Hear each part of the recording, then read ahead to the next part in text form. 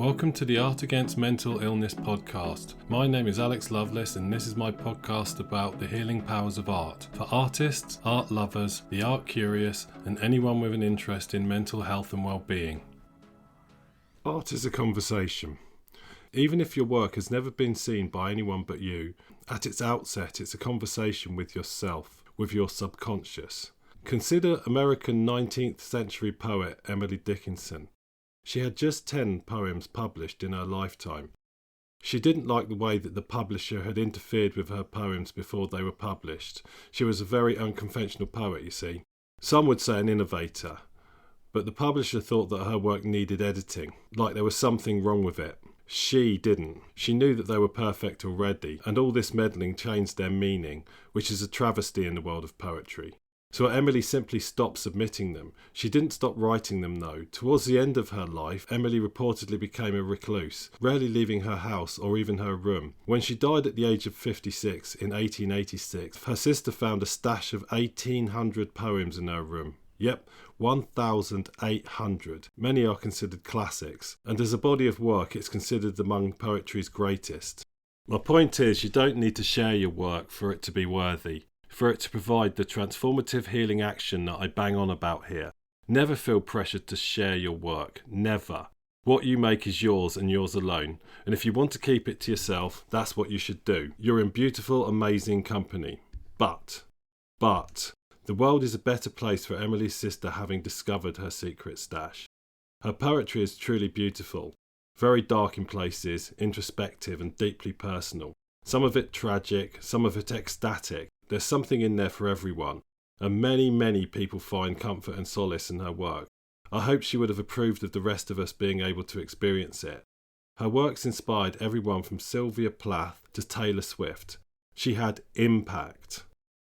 The single biggest influence on me, the person who inspired me to take up making art in the first place as a teen, and who continued to inspire and encourage me to push my creative boundaries for decades to come, is one of my oldest and closest friends, although we've been a bit estranged of late. That's another story that also relates to mental illness, for another day maybe. Anyway, I won't name him here as I'm not sure he'll appreciate it.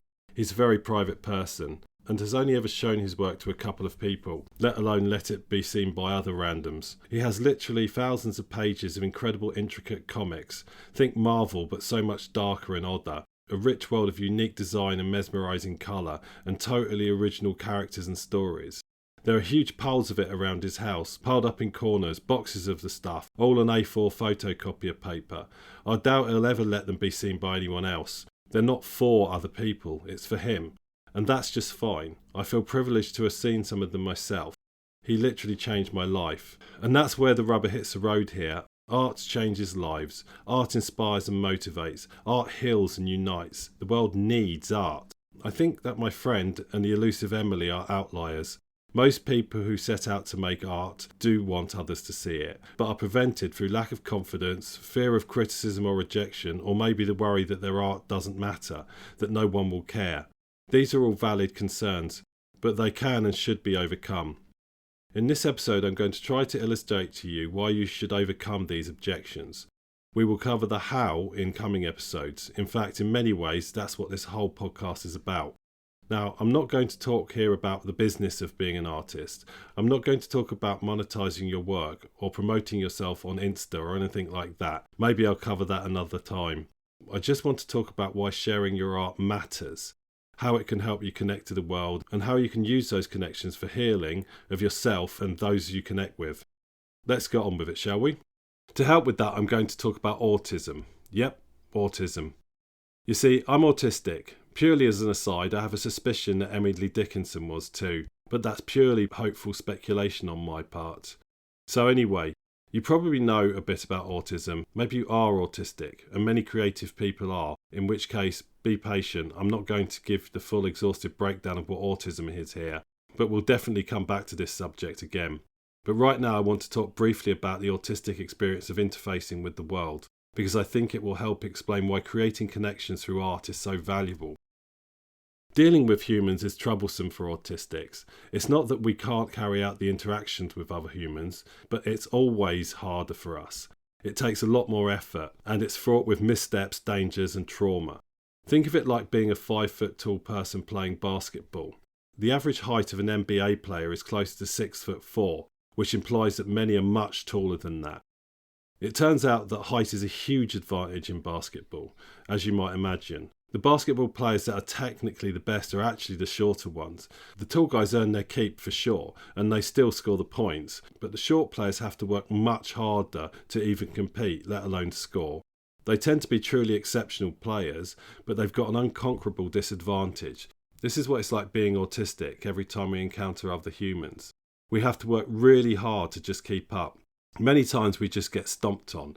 It's mentally and emotionally exhausting, but we just have to do it. We don't have a lot of choice. We develop all sorts of methods and coping mechanisms to account for our deficit. Anyway, one thing I and many other autistics find exceptionally difficult is approaching people we don't know. Just rocking up to someone and kicking off a conversation. I'm terrible at small talk. It makes no sense to me. It seems pointless. I have no idea what the other person is likely to say or how to respond. I just want to get straight to the point, to dive right into much more meaningful conversation.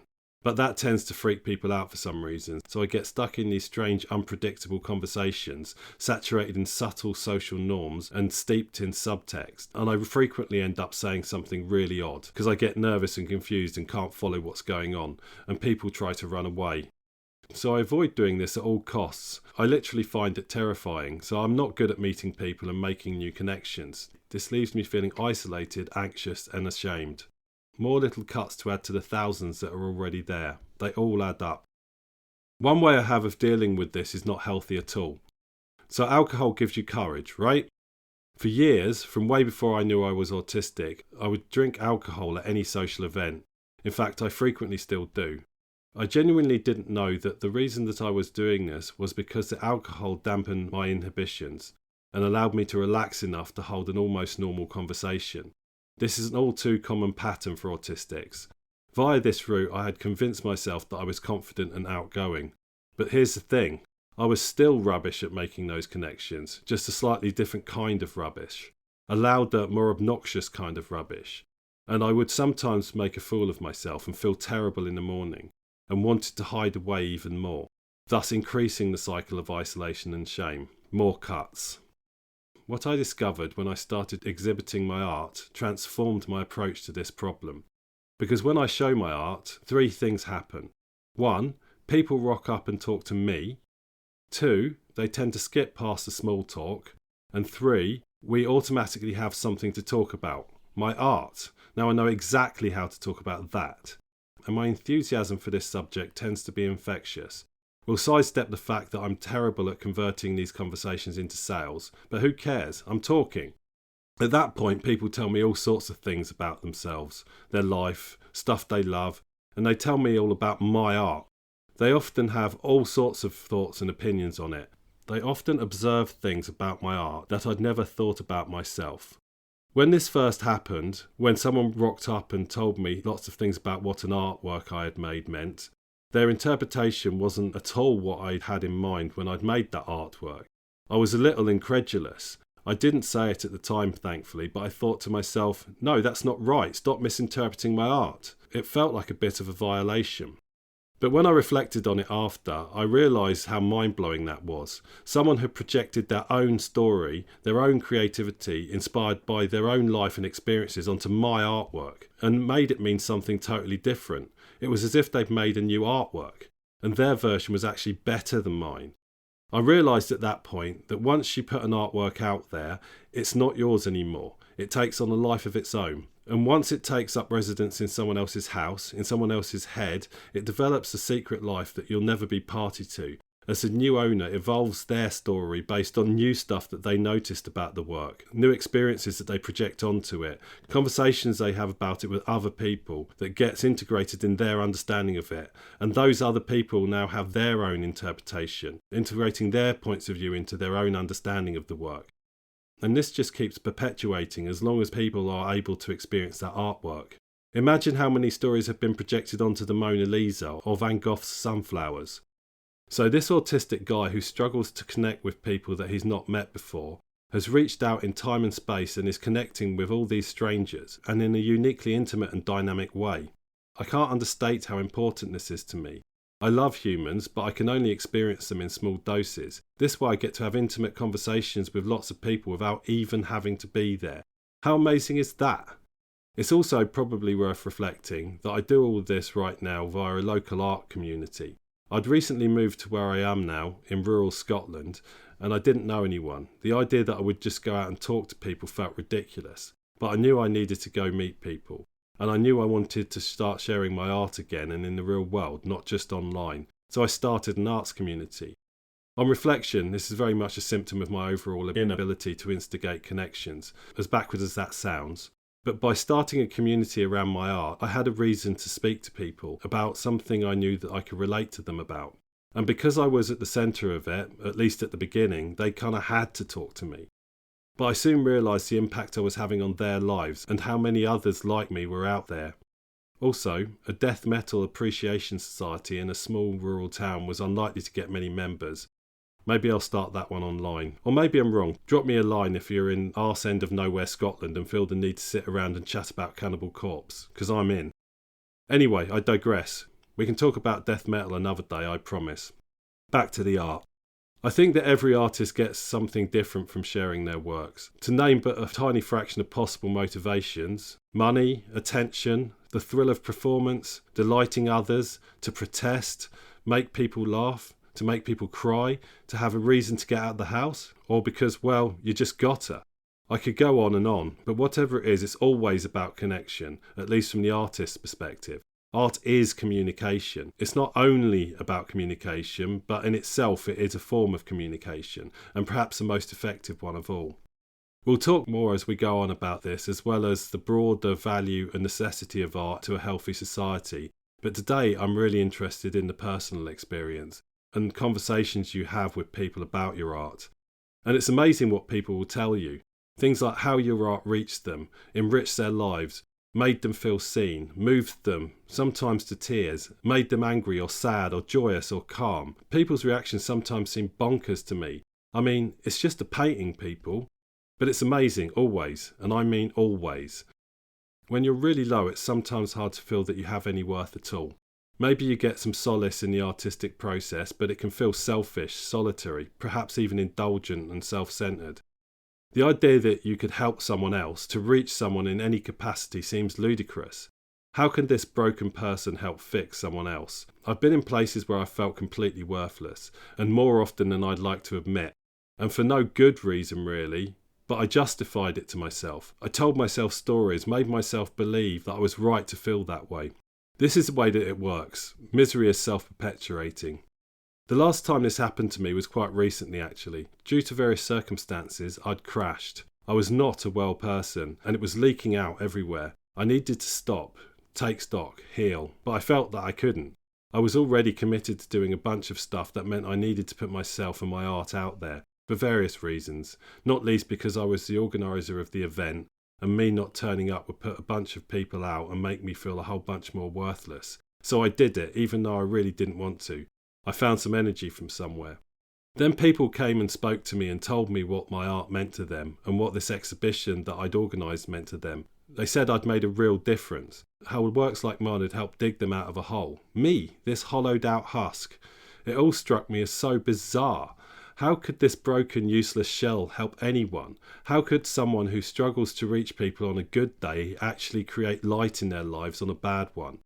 I think if you've been to a psychological place like that, you'll know that your adult brain tries to fight anything positive, like it's allergic to hope. The nasty chattering demon that put you there in the first place doesn't shut up. But it did make a difference, a huge difference, because I didn't feel useless anymore. Yes, I was still exhausted and broken. In some ways, the worst was still to come as my situation in the real world continued to worsen. But I faced that stuff down with a renewed strength because I felt like I mattered. These are the building blocks of recovery, and this time a recovery that took a lot less time than it usually would. And those little threads of positivity I spun spread and created a web, some of which I could see via the positive repercussions of that event, and others that I knew would be there, because I knew that any sliver of hope in my world made a difference, and so any little glimmer of positivity I can create in another's world must create ripples of positivity that spread. Even if they only spread a little way, they matter. Small things matter. Every little gift counteracts a small hurt. Every sliver of light, no matter how small, gives someone who is suffering a reason to carry on. And as an artist, you're in the privileged position to be able to create such moments by doing something that you love. In a way, it's your job, whether you know it or not. There are many other benefits to sharing your work. Here's a few. You've got both an excuse and room to make more art, meeting other creatives, seeing your art in its natural environment, the potential to make some extra money, and maybe a lot of extra money, contributing to the progressions of the art form, to just do it. Art for art's sake. Taking the step of sharing your art is harder for some than others, harder at the beginning than later on. Well, most of the time. Maybe you think it's too hard for you, and that's fine. You're in good company. But if your objection to showing your art to other people is really just hesitancy, trepidation or fear, I urge you to push past it, because the world needs you. The world needs art. Your homework this time is simple. Go experience another artist or creator's work. This could mean reading or rereading a book or a poem, listening to music, listening to a podcast, anything creative really. It needs to be a living creator, so not J.M.W. Turner or anyone like that. And not someone who already gets heaps of attention. I think Taylor Swift can do without you for a bit. But someone who needs it. Get in touch with them and tell them how it made you feel. However you can find to do that. Email, social media feeds, website comments, record a video. Tell them how their art made you feel. Do this for multiple artists if you want. And if you find someone new to this game, someone inexperienced, then all the better. Go create a bit of life in another artist's life. Let them know that they're appreciated. This will definitely not be the last time I cover this subject. Next time I'm not sure. I've got a couple of episodes scripted and in the bag, and I'm not sure which one to share next, and some of them I want to work on a bit more, so I'm afraid it's going to be a surprise, but tune in to find out. I hope you enjoyed this episode and found it helpful. If you did, I'd love for you to support me by hitting a like button and following me on whatever platform you're listening to this on. Your support helps me reach more listeners so that I can continue bringing you the content that you love. Don't forget to leave a review and share this episode with everyone that you know that might find it helpful or valuable. If you want to find out more about me, I can be found on Facebook at Alex Loveless Artist, on Instagram at Alex M. Loveless, and my website is